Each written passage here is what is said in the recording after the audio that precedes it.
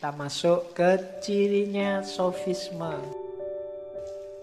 Yang pertama, sofis itu cirinya egoisme. Katanya orang sofis, hidup ini harus natural. Dan di antara yang alami pada diri manusia itu egois. Tidak masalah kamu mementingkan dirimu sendiri. Wong itu alami kok. Apa ada orang yang nggak mikir dirinya sendiri? Kamu mikir, wah nggak punya duit, ya itu kan untuk dirimu. Aku kok lapar, ya itu kan untuk dirimu. Aku pingin kaya, itu kan untuk dirimu. Katanya orang sofis, ya yang alami itu begitu. Nggak usah bunuh diri, nggak mikir orang lain kalau dirinya sendiri belum beres. Jadi dia percaya bahwa egoisme itu wajar, natural, alami.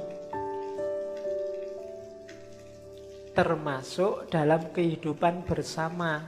Nanti tokoh sofis Kalikles ini muridnya Gorgias. Mengkritik Sokrates, Sokrates itu naif, ndak alamiah, pikirannya melangit, ndak masuk akal. Jadi yang menyatakan bahwa hidup itu ada prinsipnya, hidup itu ada hukum-hukumnya, hidup itu ada sunatullahnya, ndak ada. Alam ini tergantung manusia. Dan manusia itu ya mikir dirinya sendiri. Maka jangan dimarahi kalau ada orang egois.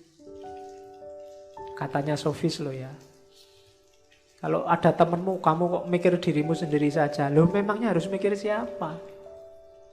Kan tetap nomor satu mikir dirimu sendiri. Kamu kuliah, pingin kerja, itu kan untuk dirimu kan pertama-tama. Wong kamu lihat foto aja kan, yang kamu cari fotomu duluan. Pas foto bareng-bareng kan, mana hasil fotonya? Oh ini kan kamu, aku yang mana? Gak mungkin kamu yang mana kan, enggak. Aku dulu mesti. Dan gak usah disebut itu egois kan, ya biasa, wajar orang begitu. Kalau kamu, jangankan itu, kamu punya saudara misalnya, saudaramu foto sama orang lain, kan kamu tetap saudaraku yang mana, selalu egois, selalu mikir dirinya. Dan katanya sofis, ya itu alami. Nah, karena itu cuma lanjutannya ini. Dan alami juga ada yang lebih kuat, ada yang lemah. Ada yang pinter, ada yang bodoh. Ada yang menguasai, ada yang dikuasai. Ya, dunia ini memang begitu. Kalau menguasai semua, tidak mungkin. Dikuasai semua lah, yang menguasai siapa? Jadi pasti ada superior, ada inferior. Kalau ada yang, yo kita harus setara, keadilan. Katanya sofis, tidak mungkin lah. Diam-diam pasti ada yang superior dan inferior. Keadilan pun dirumuskan orang pinter, orang berkuasa, ya pasti untuk kepentingan mereka. Dan itu alami. Kamu tidak setuju Pancasila, ya gampang, jadilah presiden.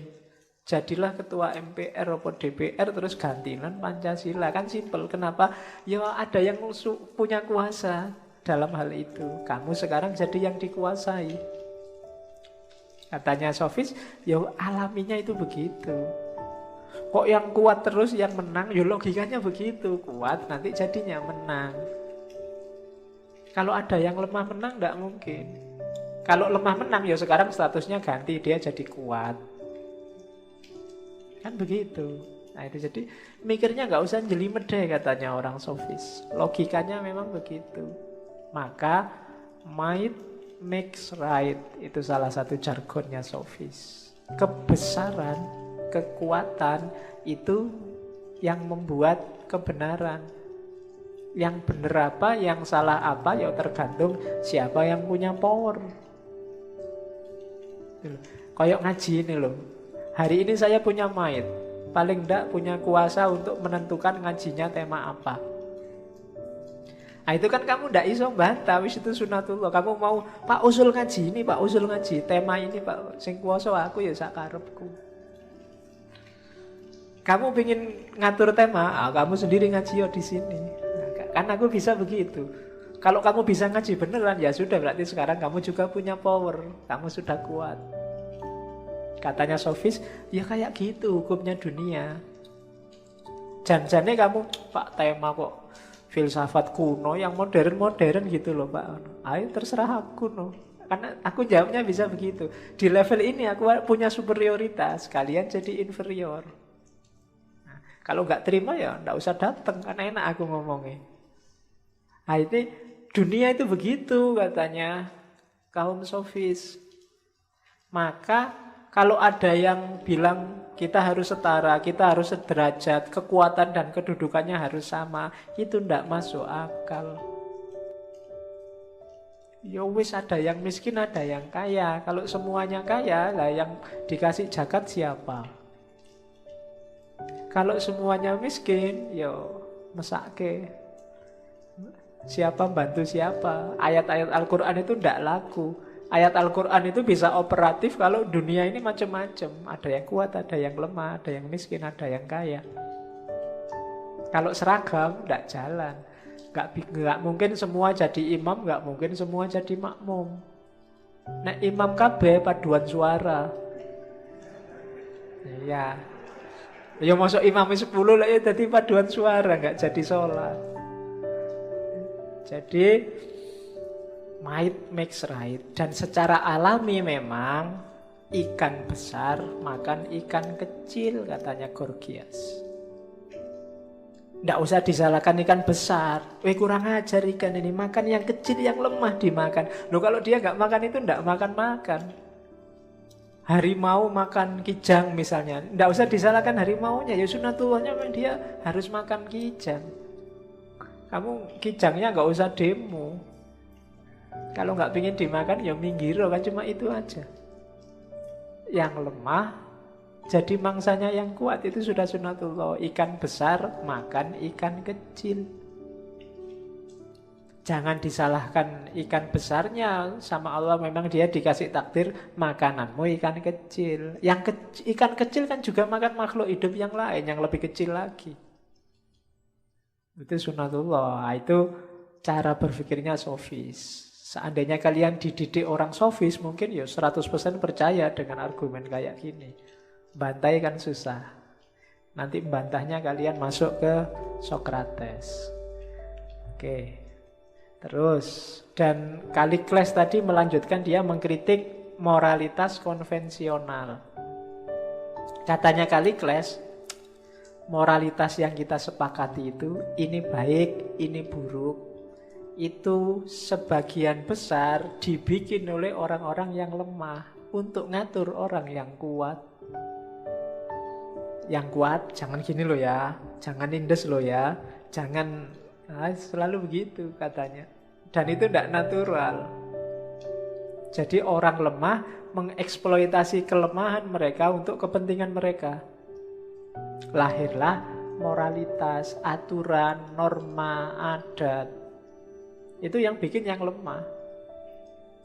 Kalau orang kuat, ya dia tidak akan bikin banyak aturan macam-macam. Katanya Kalikles, ini yang bikin moralitas ini jadi kebalik. Harusnya moralitas itu yang alami-alami. Kayak tadi yang kuat makan yang lemah. Itulah kebenaran. Tapi begitu yang merumuskan orang-orang yang lemah untuk kepentingan mereka, moralitasnya jadi kebalik. Yang harusnya baik jadi buruk, yang buruk jadi jelek. Harusnya macan makan kijang itu alami, sekarang kamu lihatnya jelek. Negara yang kuat mencaplok negara yang lemah, itu masuk akal. Tapi sekarang dibikin konvensi, negara lemah berkumpul terus, awas ya, negara yang kuat jangan nyerang kita loh. Nah, itu ndak alami sudah, katanya Kalikles loh ya. Jadi tidak alami itu berarti salah, karena yang benar yang alami. Kalau tidak ingin dicaplok oleh negara kuat, negara lemah ini kuatkan dirimu.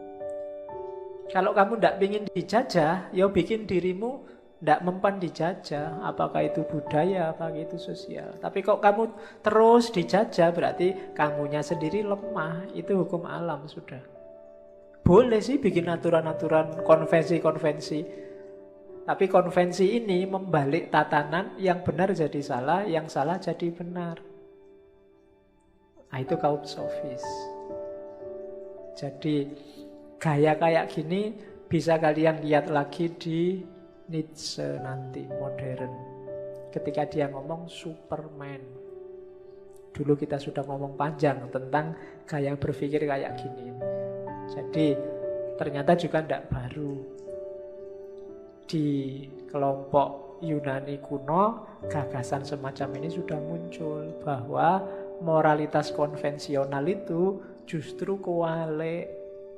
Konvensional itu moralitas kesepakatan kita terhadap aturan-aturan, hukum-hukum, kode-kode etik. Itu sebenarnya yang benar jadi salah, yang salah jadi benar. Kenapa? Karena tidak natural. Nah itu Kalikles, muridnya Gorgias.